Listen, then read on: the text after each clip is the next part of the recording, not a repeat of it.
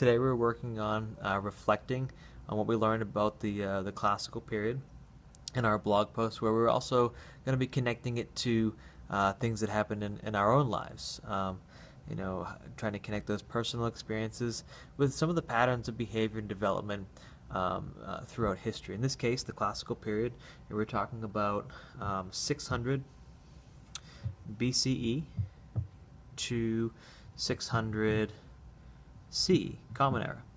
It's important that when we talk about continuities and changes that we include the date, whether the date of the problem or the question that we're addressing, or the date that we're discussing. This is the classical period, it's 1200 years.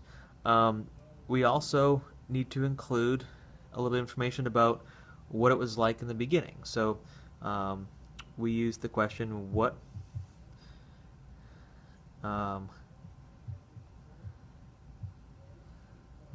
happened in the beginning,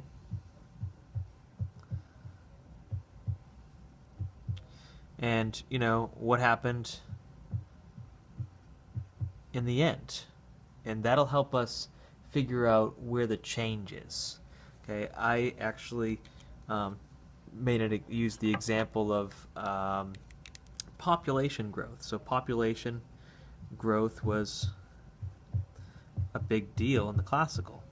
Population growth, we're talking about 100 million in the beginning, increasing to 200 million by the end.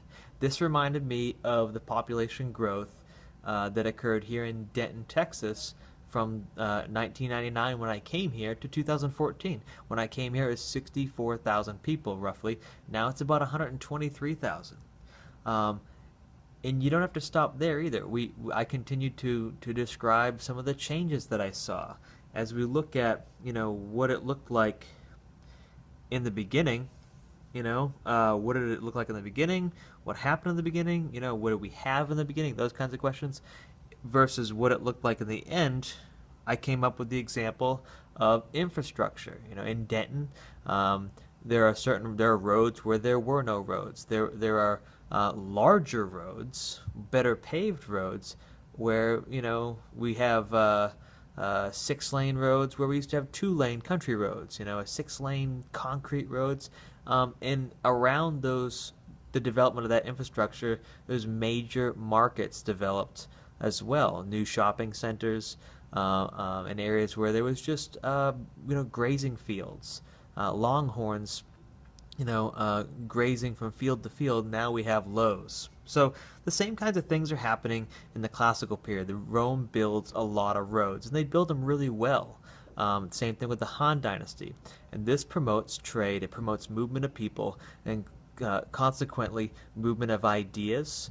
It also makes for a better life, better exchange of food. This all contributes to population growth. Okay? Kind of a big deal. So see how these kinds of themes and focuses can start to help you expand out to other examples and things that we've learned. It really helps when you connect it to your own experiences.